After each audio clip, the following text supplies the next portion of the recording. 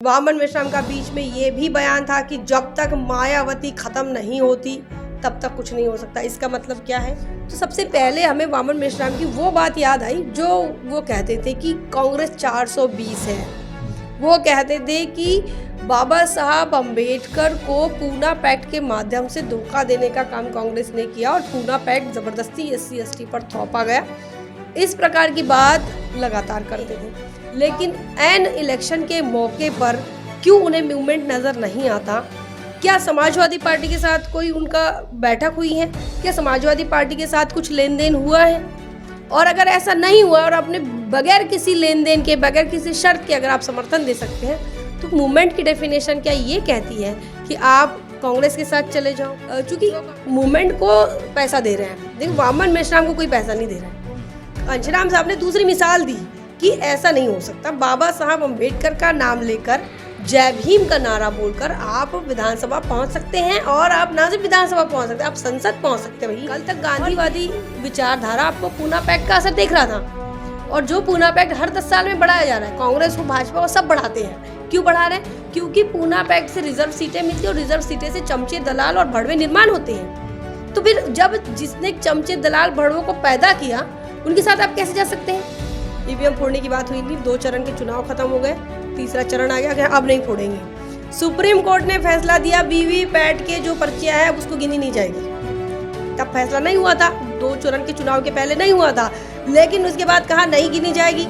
देश में चुनावी माहौल है, 2 चरणों के जो मतदान है वो हो चुके हैं, और इस बात का कहने का इंतजार था कि ईवीएम को बैन करने को लेकर, ईवीएम को बदलने को लेकर, वीवीपैट की पर्चियों गिनने को लेकर, तमाम चीजों के आधार पर जो देश में भारत मुक्ति मोर्चा और वामन मेश्राम इनके जरिए पूरे देश में एक आंदोलन कहने के खड़ा करने का काम किया गया था। हाल ही में हमने देखा कि दिल्ली की जंतर मंतर पर एक बड़ा आंदोलन हुआ, जहां पर राजनीतिक पार्टियों ने, सामाजिक संगठनों ने उनको एक बड़ा समर्थन भी दिया। इंतजार था कि सुप्रीम कोर्ट का जो अब निर्णय निकल कर आएगा, सुप्रीम कोर्ट ने जो सुनवाई की है उसके बाद कहने के अब वामन मेश्राम इनके जरिए ईवीएम को तोड़ा जाएगा और पूरी तरीके से जो चुनावी प्रणाली है उसको कहने का अभी नाकारा जाएगा। लेकिन अब एक बड़ा कहने का बयान देखने को मिल रहा है, वामन मेश्राम इनके जरिए जारी कर दिया गया है कि वो अब समाजवादी पार्टी को, इंडिया गठबंधन को समर्थन करने वाले हैं,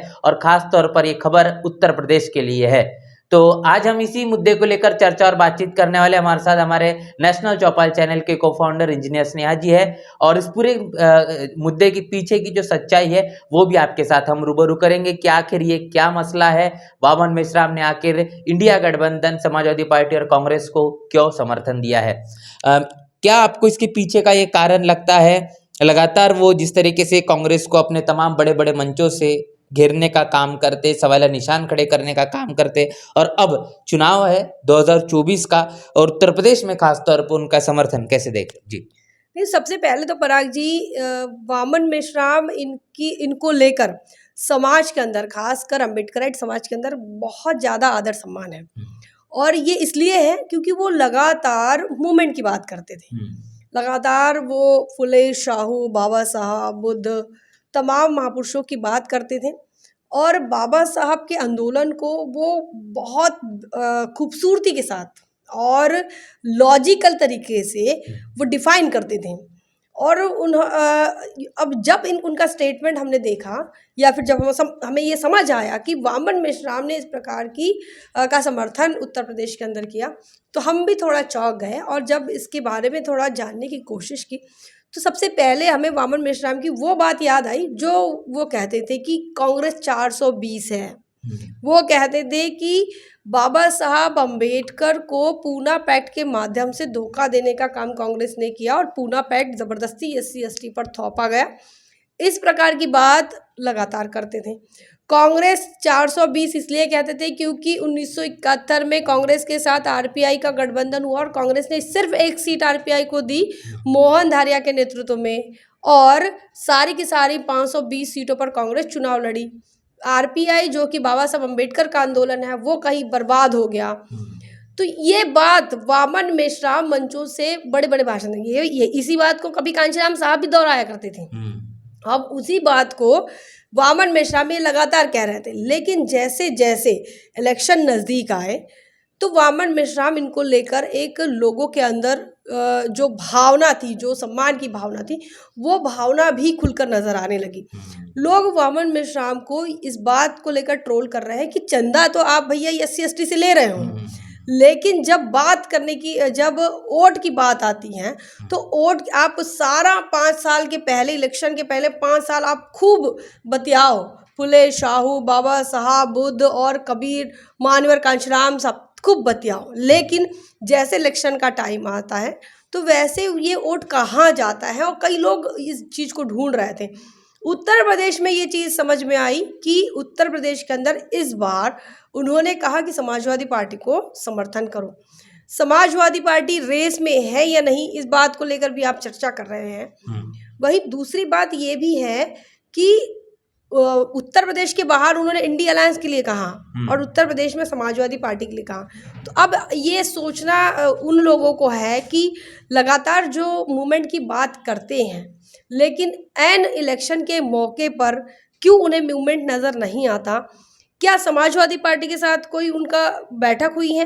क्या समाजवादी पार्टी के साथ कुछ लेन देन हुआ है? और अगर ऐसा नहीं हुआ और अपने बगैर किसी लेन देन के, बगैर किसी शर्त के अगर आप समर्थन दे सकते हैं, तो मूवमेंट की डेफिनेशन क्या ये कहती है कि आप कांग्रेस के साथ चले जाओ? जो कांग्रेस आज लाइन में नहीं है, जो कांग्रेस आज लड़ाई में नहीं है, जो जिस कांग्रेस ने आने वाले 5 सालों के लिए मैदान खाली छोड़ दिया, जो समाजवादी पार्टी लोकसभा के लिए इंटरेस्टेड नहीं है, जो समाजवादी पार्टी चाहती ही नहीं है कि लोकसभा में उनके सिर्फ परिवार की 5 सीटें बची रहें, उनके साथ अगर आप जा रहे हैं तो ये सोचना होगा कि जो फोरकास्टिंग, जिस लीडर में फोरकास्टिंग पावर होनी चाहिए, वो फोरकास्टिंग अगर गलत दिशा में जा रहा है तो कहीं ना कहीं समाज का नुकसान होगा। पराग जी, आपने एक बात कही कि तमाम जो कर्मचारी जो वर्ग है वो बड़े पैमाने पर कहीं वामन मेश्राम इनके बैठकों में, बड़ी बड़े मंचों में जो जनसभाएं होती है वहाँ पर वो कहने के नज़र आते हैं और पैसा भी काफ़ी ज़्यादा इकट्ठा होता है। जो तमाम जो कर्मचारी वर्ग है, क्या अभी भी अपने उस पैसे को, अभी भी उस मेहनत की कमाई गई कमाई को वामन मेश्राम को देना बरकरार रखेगा? क्योंकि जब भी चुनाव आता है, एक बात मुझे यहाँ पर याद आ रही है कि बाबा साहब कहते हैं कि अपने राइटिंग स्पीचेस में किसी भी सामाजिक संगठन के पीछे की एक राजनीतिक पार्श्वभूमि होती है। जो सामाजिक संगठन वामन मेश्राम चला रहे, क्या इसकी राजनीतिक पार्श्वभूमि क्या ये कांग्रेस और सपा है? क्या ऐसी बात अब निकल कर आ रही? देखिए, अगर देखा जाए तो बामसेफ हो, जिसके वामन मेश्राम राष्ट्रीय अध्यक्ष हैं, भारत मुक्ति मोर्चा हो या फिर उनके अन्य जो भी जितने भी संगठन हैं, ऑफशूट ऑर्गेनाइजेशंस हैं, उनकी एक पॉलिटिकल पार्श्वभूमि है, उनकी एक पार्टी है, लेकिन उसका ज़मीन पर जनाधार नहीं है। नई पार्टी है और चुनाव मैदान में कभी कभी नज़र आती है, छोटे मोटे चुनाव में नज़र आती है, बड़े चुनाव में हमेशा से वामन मेश्राम, इनके जो लोग हैं, इनका जो मॉब है, वो कहीं ना कहीं एक मुश्त नहीं नज़र आता, उनके पार्टी को भी उनका वोट नहीं मिलता। तो आपका जो जिस प्रकार से कहना है कि लोग अब इनको जो है सहायता देंगे या नहीं, आर्थिक सहयोग करेंगे या नहीं, इससे बेहतर हमें ये लगता है कि चूँकि मूवमेंट को पैसा दे रहे हैं, देखो वामन मेश्राम को कोई पैसा नहीं दे रहा है।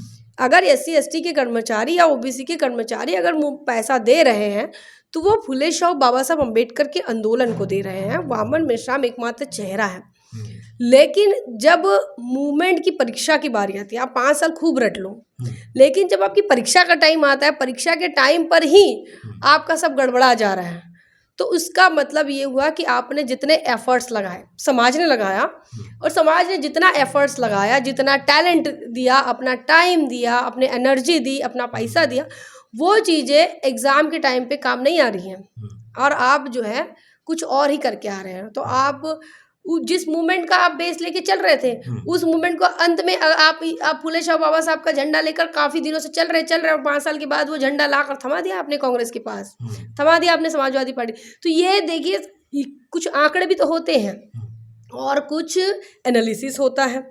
तो एक तो आप आंकड़े देख लेते हैं कि भाई उत्तर प्रदेश के अंदर क्या आलम है कांग्रेस का। अमेठी रायबरेली में चुनाव लड़ने के लिए तैयार नहीं है राहुल गांधी खुद, कभी कभी उनका दिमाग घूमता है, कहते वायनाड से ही लड़ लेंगे।